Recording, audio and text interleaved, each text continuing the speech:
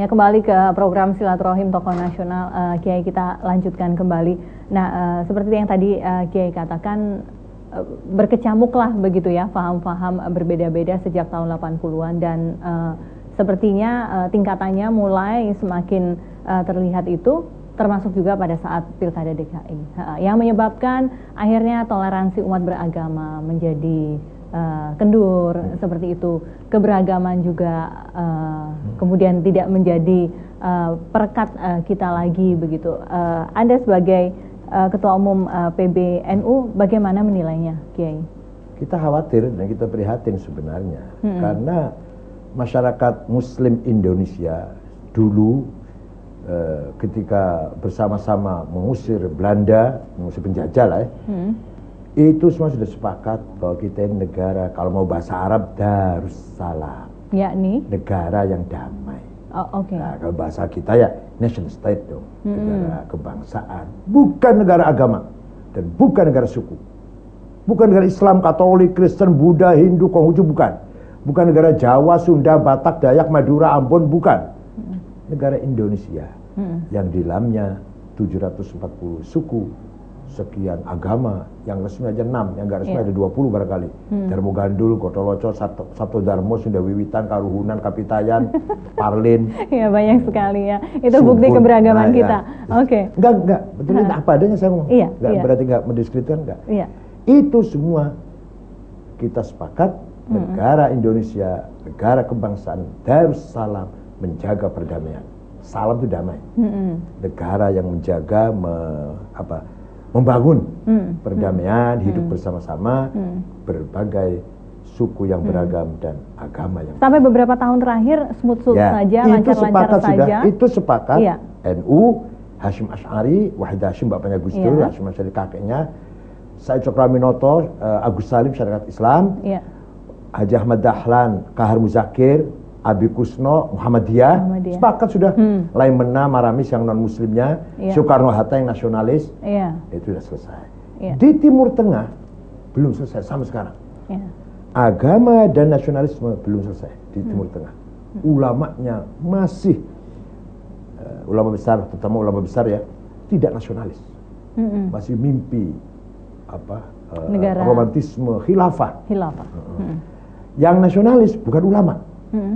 Misalkan ulama besar nih, saya sebutkan namanya, Hasan Banna, Said Qutb, Muhammad Qutb, Ghazali, Al-Ashmawi, Zaki Muhandis, Al-Hudaybi, Yusuf Qaradawi, Hasan Turabi, Said Sabiq, tidak nasionalis. Yang nasionalis bukan ulama, Abdul Karim Qasim, Hafid Asad, Abdul Halim Khaddam, Hasan Bakar, Saddam Hussein, Toh Yasir Ramadan, Tariq Aziz, Muhammad Najib, Jamal Nasir, Anwar Sadat, Husni Mubarak, tokoh nasionalnya. Ya, bukan ulama. Yang ulama tidak nasionalis.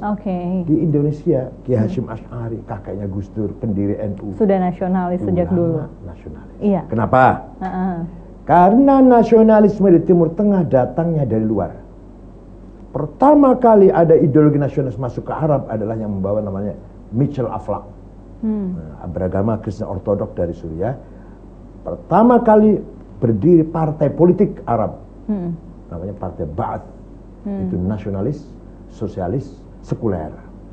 Mereka berhasil menggembleng ini tadi pemuda-pemuda tadi, dari Hafid Asad, Saddam Hussein dan seterusnya itu, melawan penjajah. Gitu. Di kita beda. Nasionalisnya dari dalam. Nasionalisme adalah kalau mau bahasa Arab, minal qalbil mu'min, dari hati. Dari lubuk hati. Sampai-sampai Hasyim Asy'ari mempunyai jargon yang sangat terkenal, hubbul waton minal iman. Nasionalisme itu bagian dari iman. Jadi antara iman dan kecintaannya terhadap bangsa, terhadap tanah ini sama. Dan berpindah-pindah orde pun ini semua toleransi, keberagaman itu bisa terbina dengan baik. Namun ada apa gerangan beberapa tahun terakhir ini tidak demikian. Negara Darussalam, maka sistem yang berlaku, bahasa Arabnya muwatonah, citizenship, kewarganegaraan. Apapun agamanya, apapun sukunya, apapun budayanya, sama. Hukum undang-undang sama. Pelayanan hak dan kewajiban sama. Siapapun orang, semua warga Indonesia berhak mendapatkan pendidikan, mendapatkan kesehatan, pelayanan kesehatan, benar-benar politik. Apapun agama dan sukunya. Iya, benar-benar politik. Siapapun berhak mencalonkan diri jadi presiden, jadi gubernur, jadi bupati, jadi wali kota. Iya. Menang atau kalah, ya urusan yang nanti. Anda senang si A pilih, Anda nggak senang, ya jangan dipilih. Ahok, Cina Kristen, warga negara Indonesia, berhak calon jadi gubernur. Oh nggak senang, ya jangan dipilih. Nggak usah demo, karena itu sikap Anda nggak usah seperti demo, itu pada nggak usah saat sholat Pilkada Jumat di DKI. Monas lah. Karena itu sikap Anda seperti itu pada saat Pilkada DKI. Sikap NU dan juga. yang benar. Nah, itu dia. Iya, itu dia Kiai. Apakah benar ini sikap NU? Karena banyak orang yang kemudian orang-orang NU justru tidak mengikuti petunjuk NU pada saat Pilkada DKI. NU itu besar, 91 juta. Berapa yang tidak ikut? Dan berapa yang ikut saya?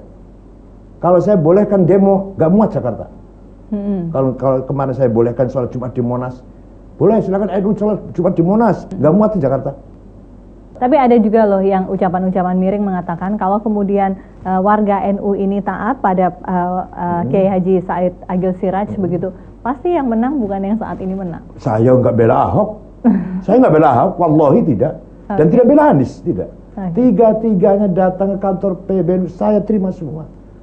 Pak AHY dengan Bu Silvi datang, Pak Anies dan siapa? Sandiaga Uno. Diantar Pak Haritanu, datang, semua pengurus PBNU hormat semua.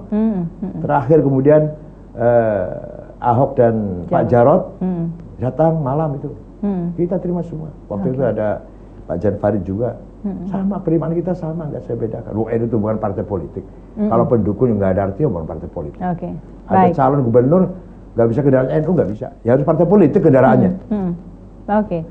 Baik Kiai, kita lanjutkan lagi ya bagaimana mengatasi morat-maritnya kerukunan beragama yang kita alami saat ini. Usai jeda berikut ini, tetaplah bersama kami.